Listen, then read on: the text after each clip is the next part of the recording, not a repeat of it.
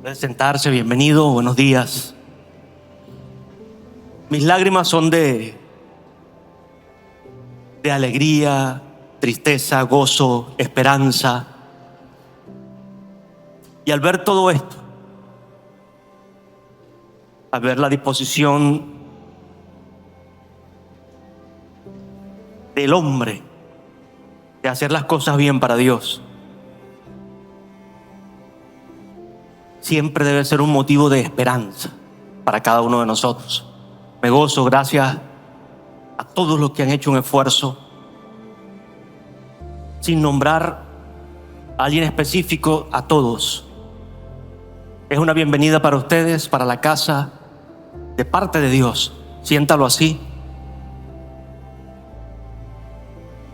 porque es el deseo de cada uno de los que estamos acá, que usted se pueda llevar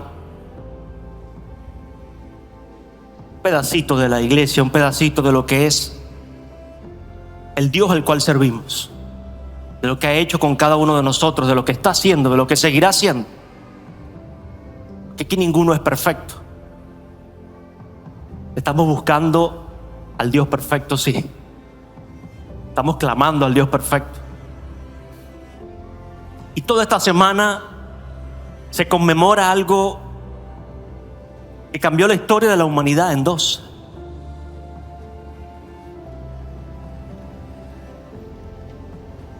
Pero yo quiero comenzar con un pasaje que está en 1 Corintios capítulo 13, en el versículo 4. Va a ser proyectado acá. 1 Corintios capítulo 13, versículo 4. Nos dice que el amor es paciente, es bondadoso. Yo lo estoy leyendo en la Nueva Versión Internacional. Puede que sea diferente a la que usted tenga allí, que es la Reina Valera o alguna otra. Esta es la Nueva Versión Internacional. El amor no es envidioso, ni presumido, ni orgulloso. No se comporta con dureza, no es egoísta, no se enoja fácilmente, no guarda rencor. El amor no se deleita en la maldad, sino que se regocija con la verdad. Todo lo disculpa, todo lo cree, todo lo espera, todo lo soporta. El amor jamás, escúchelo, jamás se extingue. Las profecías pasarán, las lenguas terminarán y el conocimiento se agotará, pero el amor jamás se extingue. Iglesia, cuando yo leo esto, yo no sé qué viene a su mente o a su corazón o a su entendimiento, pero yo siento equilibrio. Yo veo ahí un ancla. Yo veo allí un faro. ¿Sabe? La palabra dice que Dios es amor. No solo que Él siente amor, que Él es amor. O sea, el amor es más que un sentimiento. El amor es más que un simple momento de emoción.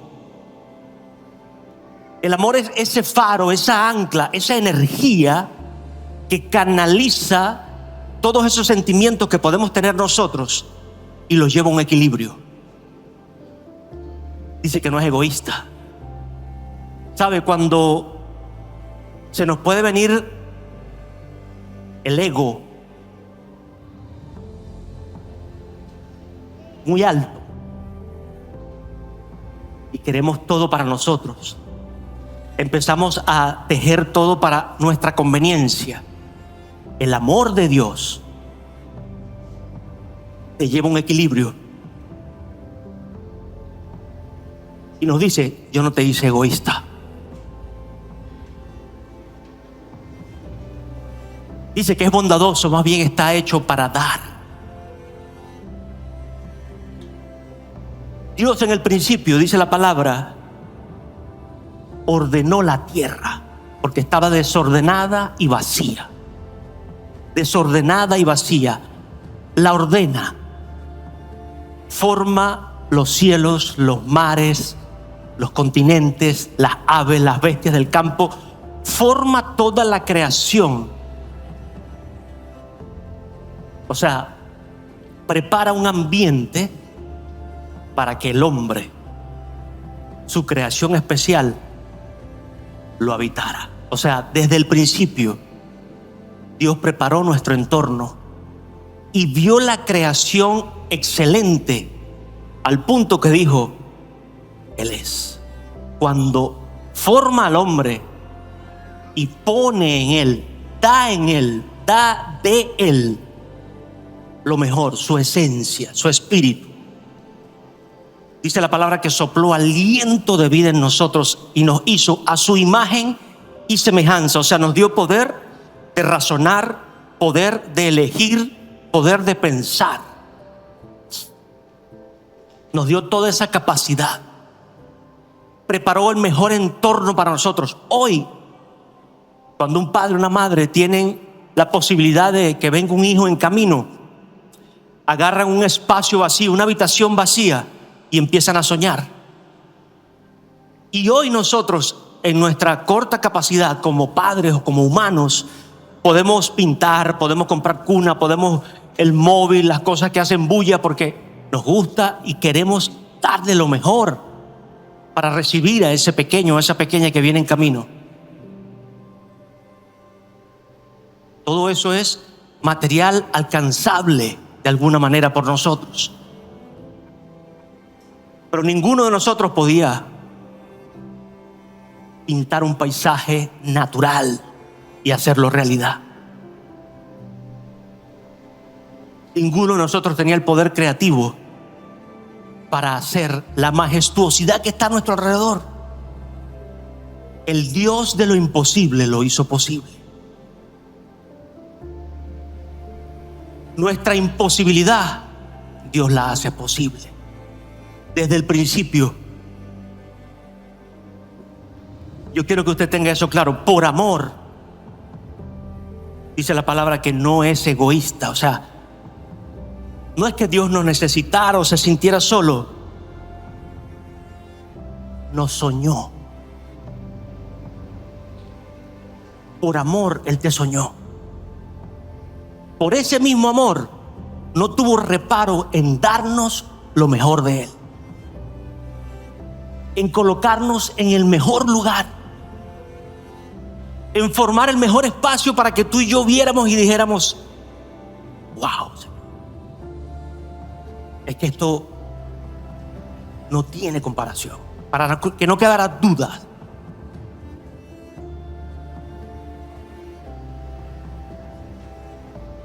Ahora, en medio del hombre y la mujer, habitar. Adán y Eva, usted lo ha escuchado.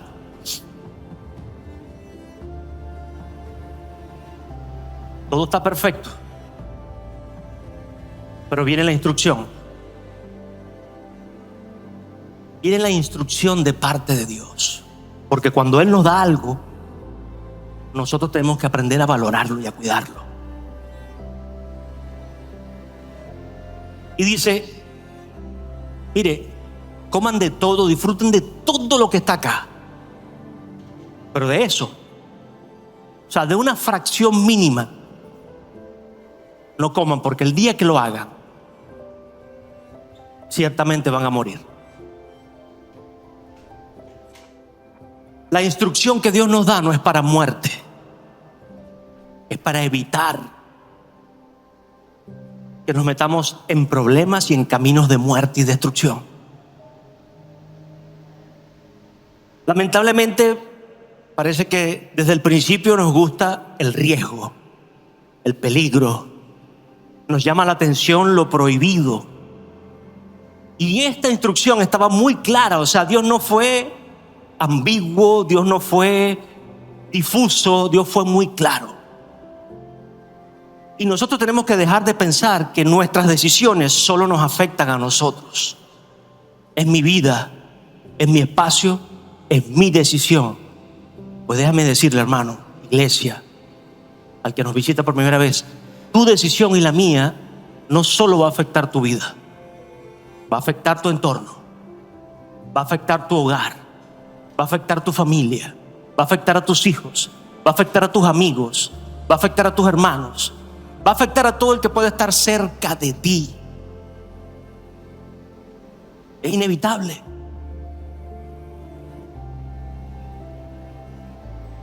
Eva comió, invitó a Adán y comió porque Satanás los controló. No, Satanás no puede controlar a nadie. Él no puede controlarte. Él puede sugerirte, él puede susurrarte, manipularte, buscarte la vuelta, pero no tiene control sobre ti y sobre mí. Es decisión nuestra, y la decisión estuvo allí. La mujer le dice, fue él que me controló. Fue Adán que me descuidó. Adán dice, fue la mujer que me diste. Dejemos de echarle la culpa a los demás.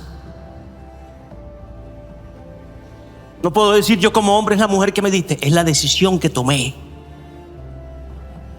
O como mujer decir, no, pero es que él me descuidó, o ella o esto me pasó, porque no hay descuido tal de alguien que nos justifique a nosotros de tomar malas decisiones. ¿Por qué? Porque sin duda tenemos la libertad de decidir, la libertad de opinar, la libertad de escoger, la libertad de, mire, caminar por donde querramos, pero las consecuencias van a estar. Entonces cuidemos las instrucciones que Dios nos da. Como iglesia tratamos de tenerlas claras. No las sabemos todas, ni pensamos entonces que somos los mejores. Estamos en el camino de buscar hacer la voluntad de Dios, de conocer, de buscar esas instrucciones que Él nos da al corazón, porque no se trata de una ley solamente, sino por amor se nos despierte esa bondad que dice la palabra.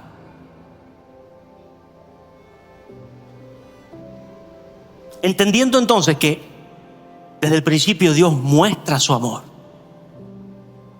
muestra la forma correcta de cómo sembrarse, de cómo ser un padre, de cómo cuidar, de cómo establecer. Podemos pensar, pero Dios es amor, ¿y por qué estableció entonces ese punto, esa fragilidad, ese espacio de caer? Es que el amor tiene que ser probado, iglesia. La semana pasada hablábamos de la fe. Y dice que la fe, siendo mayor que el oro natural que usted conoce, es probada. ¿Usted cree que el amor no va a ser probado? Cuando hay 3 puntos en la palabra que dicen fe, esperanza y amor, eso debe estar. Pero de los 3, el mayor, el más importante es el amor. ¿Sabe? Porque cuando usted no tenga la suficiente fe en el momento para que la montaña se mueva, para que la situación cambie, para que la circunstancia no esté en el tiempo que usted está esperando, dando los resultados, el amor lo sostenga. El amor por hacer lo correcto, el amor por mantenerme aferrado al que me amó primero, al que me rescató, al que me habla todos los días y me dice, tú vales, tú puedes, tú tienes, tú eres diferente. Al que no está todos los días recriminándonos, hermano, porque para Dios ese momento fue doloroso, el entender que habían fallado y que cuando fue a hablar con ellos simplemente se empezaron a justificar. Eso nos duele cuando alguien se está justificando nada más. Se justifica y no da la cara y dice, es verdad, perdóname, fallé. Aún así Dios en su amor los vistió, dice, los vistió. No los desechó, no dijo, bueno, los borro y hago alguien nuevo, los vistió. O sea, empezó un trato de Dios con ellos. Yo quiero dejarme vestir por Dios. Yo quiero dejarme tratar por Dios. Porque el trato de Dios, hermano, nunca te va a matar. Nunca te va a llevar a camino de maldición o de perdición.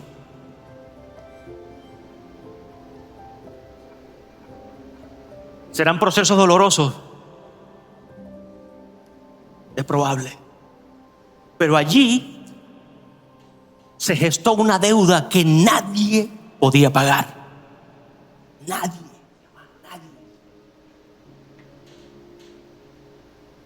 Ese pecado, esa falta generó en el hombre, en la humanidad. Por eso le digo que las consecuencias hasta hoy están. Hasta hoy siguen presentes. Y en el principio pudieron pensar, bueno, esto es decisión mía.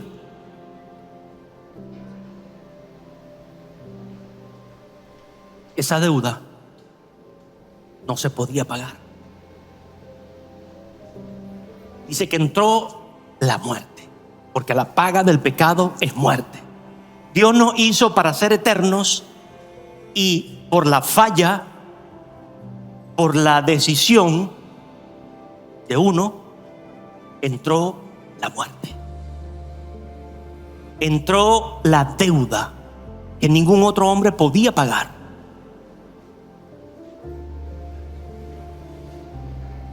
Ahora, el amor del Padre, incondicional, dice en Romanos 5:8, pero Dios demuestra su amor por nosotros en esto, en que cuando todavía éramos pecadores, Cristo murió por nosotros. Es ese amor de Dios que, a pesar de que parecía que todo estaba perdido, nos ancla a su diseño, nos ancla a su propósito, nos ancla a su plan inicial, nos ancla a la forma original como Él nos soñó.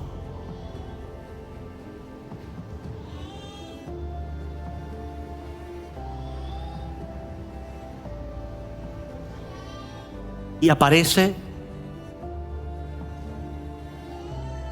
en la palestra el único que podía pagar esa deuda. El único que podía realmente cubrir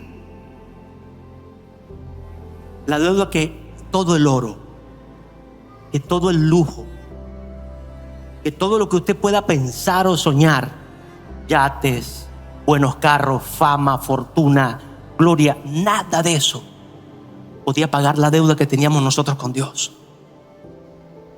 Porque era una deuda espiritual, era una deuda de falla a los principios, al respeto, a la confianza que Dios depositó en nosotros. Y nada de lo que tengamos nosotros puede pagarlo. Nada puede comprarlo. Jesús, dice la palabra en Filipenses 2:5, que hay en nosotros el sentir que hubo también en Cristo Jesús, el cual, siendo en forma de Dios, no estimó el ser igual a Dios como cosa a que aferrarse, sino que se despojó a sí mismo. Dios dice, el hombre tiene una deuda. Y Jesús dice, yo puedo pagarla por ellos. Se despoja a sí mismo de ser igual a Dios, no se aferra, sino que se despoja. Entonces toma la forma de hombre o de siervo, hecho semejante a los hombres, y estando en esa condición de hombre, se humilló a sí mismo, haciéndose obediente. Alicia lo leyó. Esta posición de humillarse fue la demostración más grande de amor. En decir, Jesús, dejo mi reino, dejo de estar a tu lado, dejo el lugar, mi posición de ser el príncipe de los ejércitos de Jehová para venir a la tierra como hombre.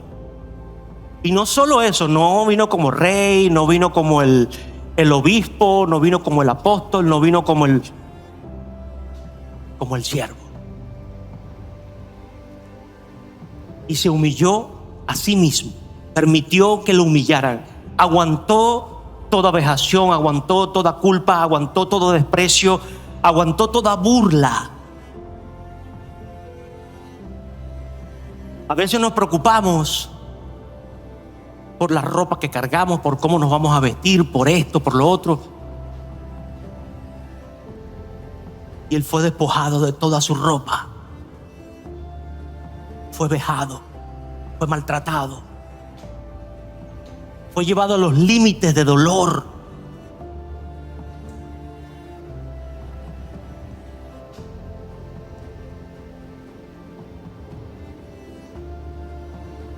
Todo eso fue profetizado.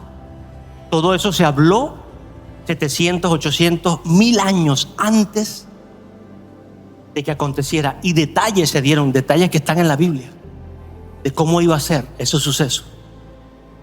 O sea, eso no era un misterio para Jesús. Era una confirmación, primero, que aconteciera proféticamente, y segundo, que él simplemente no se negara, sino que sabiendo que tenía que entrar como un cordero inocente a un matadero, él sabía que eso es lo único que podía pagar la deuda que el hombre tenía con Dios.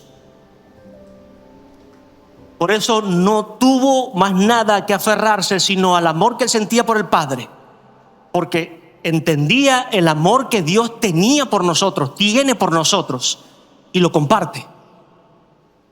Dice: yo estoy dispuesto. Se humilla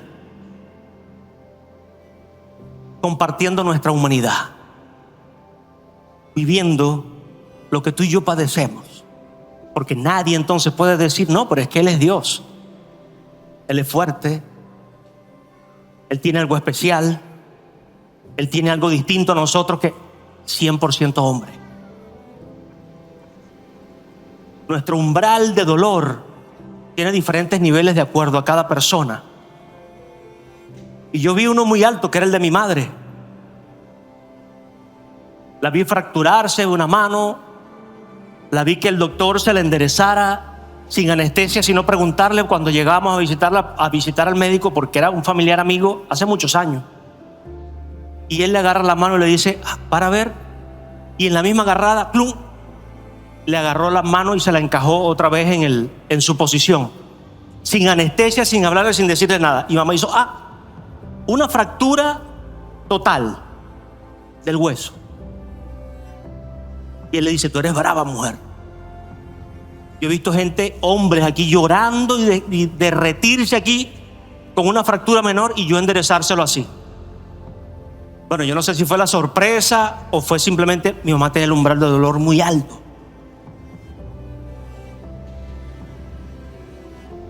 Por eso pudo padecer 2 años bajo una enfermedad y aguantar, resistir el propósito por el cual Dios la mantenía acá.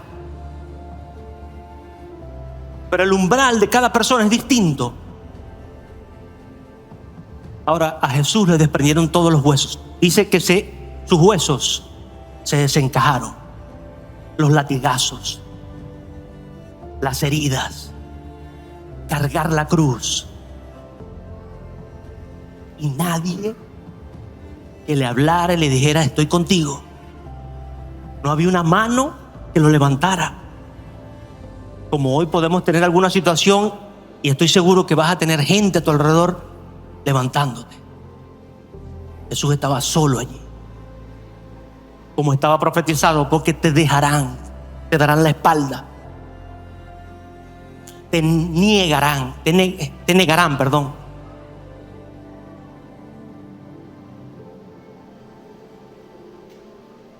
Y aún así resistió hasta el final. Como hombre, ese umbral solo el Espíritu Santo de Dios podía estar sosteniéndolo allí. Porque naturalmente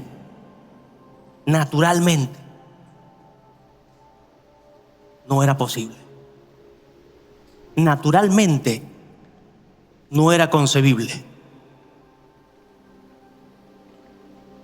al ser crucificado, dice en Mateo 27:46 que cerca de la hora novena Jesús clama a gran voz diciendo: Elí, Elí, lama sabactani. Esto es: Dios mío, ¿por qué me has desamparado? Esto lo dice el libro de Mateo, uno de los escritores. Estaba a una distancia, hay estudios que hablan de una distancia lejana de la cruz. Pero Juan escuchó el segundo grito, porque ese fue el primero. Y el libro de Juan dice: cuando Jesús tomó el vinagre que le dieron a beber porque dijo que tenía sed, consumado es. ¿Sabe? Cuando estamos lejos de Cristo, escuchamos esta historia y podemos de repente sentir algo de empatía, o qué sufrimiento tan grande debió sentir ese hombre. Nos podemos identificar con el dolor. Pero Juan estaba cerca. Juan escuchó lo que Jesús estaba diciendo en ese segundo grito: consumado es. O sea, el propósito, tu plan, tu encomienda, lo que tú me enviaste a hacer hoy, en este momento, está siendo consumado. Cuando tú y yo nos acercamos a Cristo, ya dejamos de ver el dolor, dejamos de ver el sufrimiento, dejamos de ver esa situación como el lugar donde nos identificamos, y empezamos a ver el propósito de Dios, el plan de Dios. Lo que Dios está haciendo, está gestando para sacarte de la peor situación que tú y yo podamos tener. Y Jesús lo estaba alcanzando en esa cruz diciéndole: Padre, consumado es. Tu amor, ese amor que no se negó a la humanidad, ese amor que no quiso destruir la humanidad, sino que simplemente fue bondadoso, que fue generoso, que todo lo perdona, que todo lo soporta, que todo lo espera. Estaba gestando, porque dice la palabra que se abrió entonces el velo de la religión en dos. ¿Saben? En el principio Satanás usó la debilidad de la carne para que la maldición entrara. Dios en ese momento estaba usando la misma herramienta, la debilidad de la carne, para que la bendición, la salvación, la redención entrara a los hombres. Al abrirse ese velo,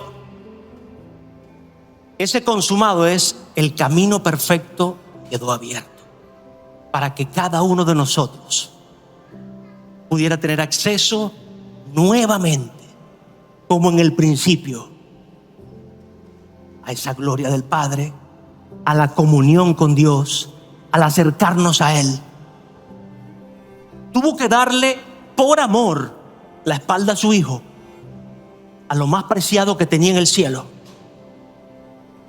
porque Él cargó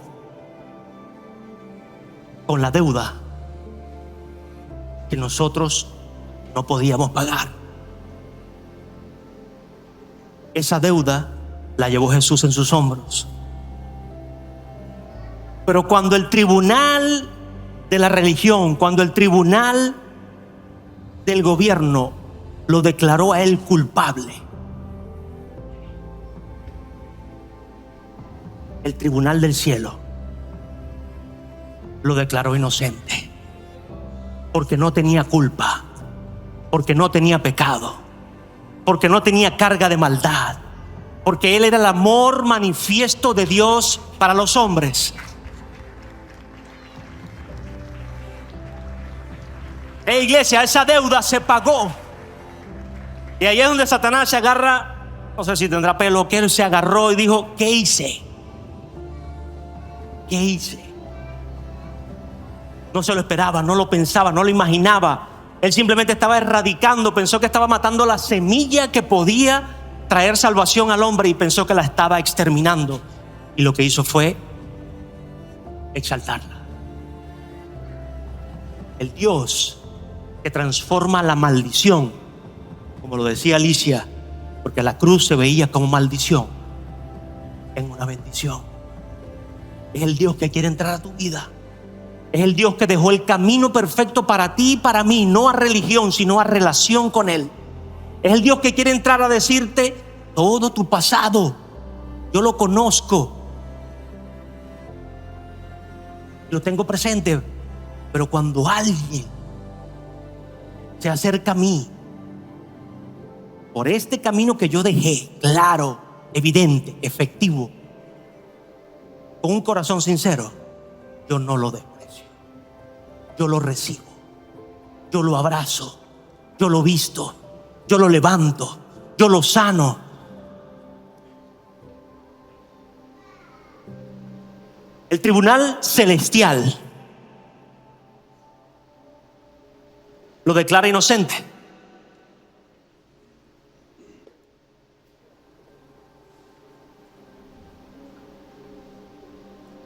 Dice Primera de Pedro 1:18: sabiendo que fuisteis rescatado de vuestra vana manera de vivir, la cual recibisteis de vuestros padres. Se fijan, de generación en generación, desde el principio.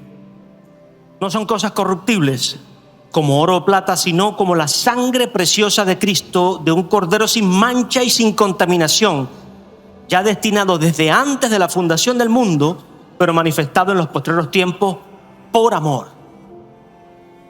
de vosotros. El no tener mancha, el haberse cometido el error de condenar, de maldecir, de maltratar, de vituperar, de hacer cualquier cantidad de atrocidades sobre alguien humano, un hombre inocente, destituyó de la manera más efectiva toda posición que Satanás podía tener para condenar a Dios, diciéndole: pero tú los perdonaste y a mí no, sin tener una forma justa. ¿Usted está entendiendo? La injusticia entró por un hombre y la justicia volvió a entrar por un hombre. O la injusticia salió por un hombre. No hay forma de que la creación como tal le pueda recriminar a Dios el que nos perdone cuando nosotros reconocemos el sacrificio de Jesús. Satanás no puede reconocerlo, por eso no puede ser perdonado. Él perdió la capacidad de amar. Y yo no estoy ocupado hoy de que Satanás se arrepiente. Yo estoy ocupado de que usted y yo, por la cual Cristo murió, lo reconozcamos a Él. Entendamos que el ir a la cruz no fue un capricho, que el ir a la cruz no es un acto de injusticia de parte de Dios, o es un acto de falta de paternidad. Fue el acto más puro y sincero que demostró una vez más el amor de Dios por cada uno de nosotros, que demostró una vez más el compromiso de Jesús por cada uno de nosotros. Y escúcheme algo: su resurrección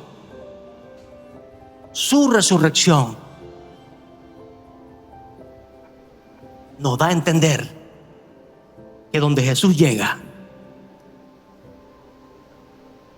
todo puede resucitar. Que cuando Él llega a tu vida y a la mía, Él puede salvar para siempre. Él puede restaurar, Él puede sanar, Él puede permitirnos tener la vida plena acá en la tierra. Pero escúchame algo: le quitó la autoridad a la muerte, para que eso a lo que estábamos destinados a morir eternamente ya no acontezca, sino que tengamos vida eterna, dice la palabra, y en abundancia. Esa es la carga más grande conquistada en la cruz. donde Dios se deleita, porque dice: mis hijos pueden venir a mí sin restricciones, sin barreras, sin fronteras, porque yo dejé un camino perfecto. Es la norma, es la instrucción. Una vez más tenemos la posibilidad de nosotros decidir, porque sigue siendo libre, sigue siendo pensante, sigue siendo un ser racional, o sea que puede razonar todas las cosas. Sigue teniendo emociones que necesitan ser equilibradas por el conocimiento de este amor. Pero siempre va a ser tu decisión o la mía. Dios nos deja un camino claro, nos deja una posición clara de parte de Él. Yo le pregunto: ¿estamos dispuestos nosotros a dejar a un lado la religión, la hechicería, la falta de amor, la falta de compromiso, la falta de reconocer, la falta de decir sí, fue mi culpa, o sí, yo lo hice, o sí, he sentido esto, pero no lo quiero más en mi vida? Estamos dispuestos nosotros a decirle a Dios, al Padre: reconozco todo lo que tú has hecho y quiero que me ayudes de aquí en adelante. Iglesia, eso es lo que le mostramos a la gente. Eso es lo que cambia vidas para bien y para siempre.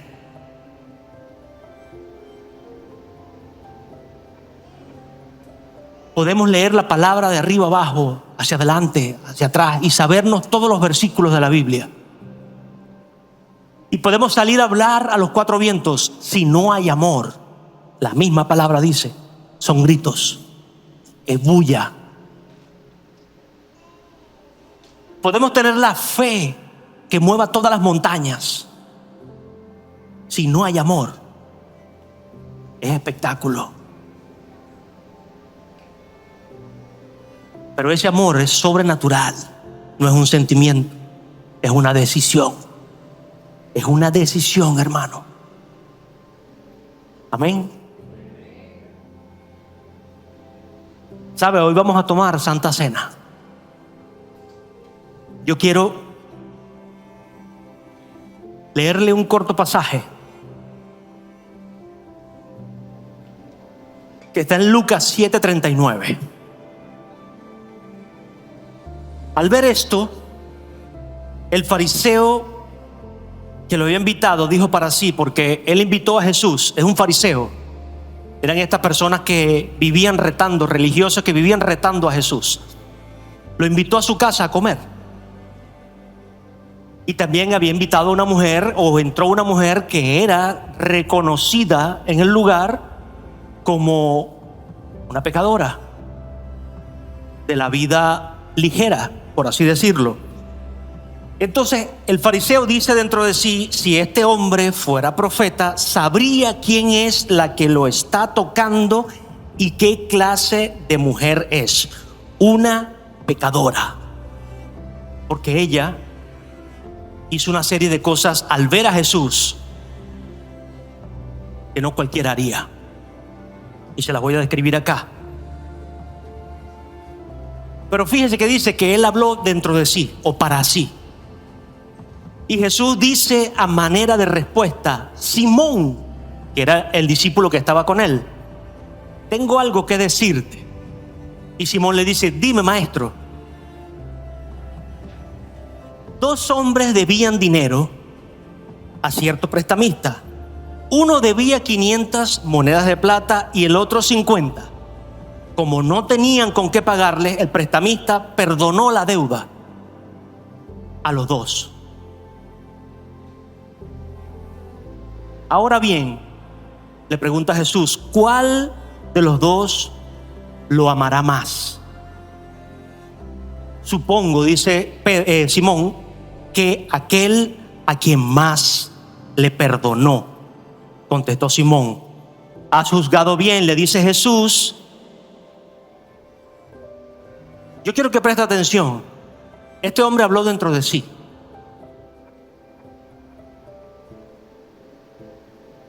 Jesús no había llegado a la cruz todavía, pero ya podía sentir la intención y el pensamiento de la gente. Ya podía tener la revelación de parte del Espíritu Santo para saber con quién estaba tratando. Así que Jesús sabía perfectamente quién era este fariseo y quién era esa mujer que se había acercado a él. Saben, a veces nosotros como personas o como hombres queremos juzgar a quien está a nuestro lado o con quien nos estamos juntando en el momento. No sé si para bien o para mal.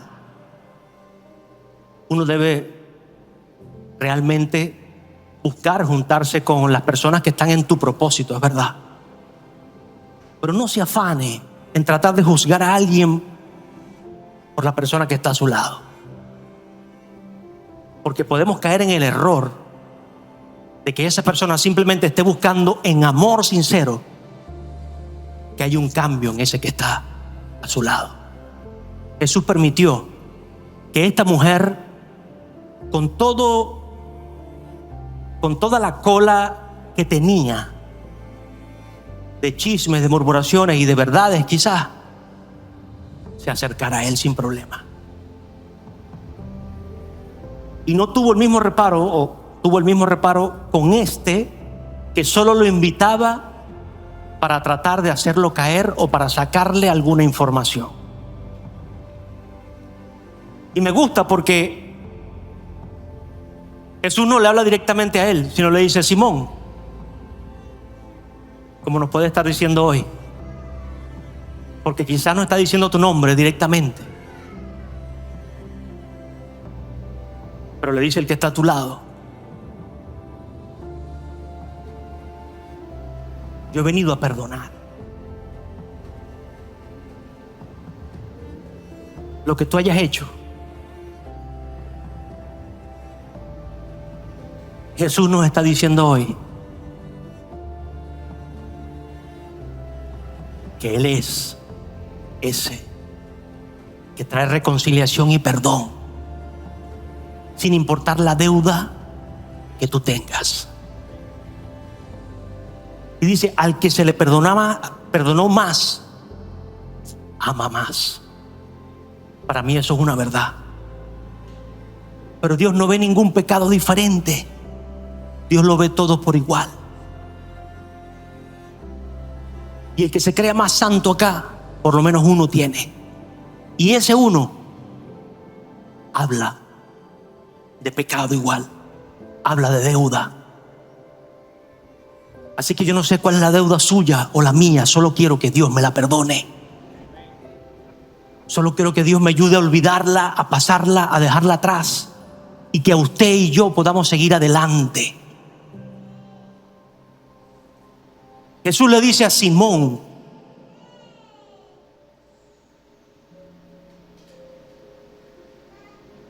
¿ves esta mujer? Cuando entré a tu casa no me diste aguas para los pies, pero ella me ha bañado los pies en lágrimas y me los secó con sus cabellos. No me besaste, pero ella, desde que entré, no ha dejado de besarme los pies. Tú no me ungiste la cabeza en aceite, pero ella me ungió los pies con perfume. Tú, Simón,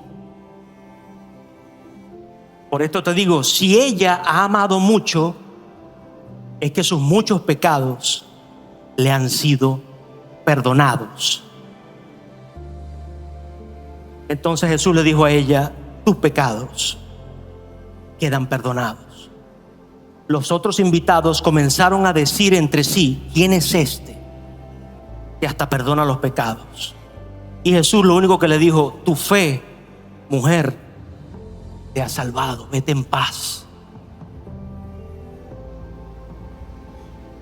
No importa que la gente se pregunte: ¿quién es ese Jesús que tú dices que te perdonó?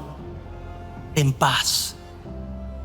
ten paz contigo, ten paz con Dios, sabiendo que esta oportunidad no es solo para ti, es para todos, pero que el que puede decidir este camino tiene la garantía de que Jesús está dispuesto para recibir tuyo ese perdón, esa restauración, esa reconciliación.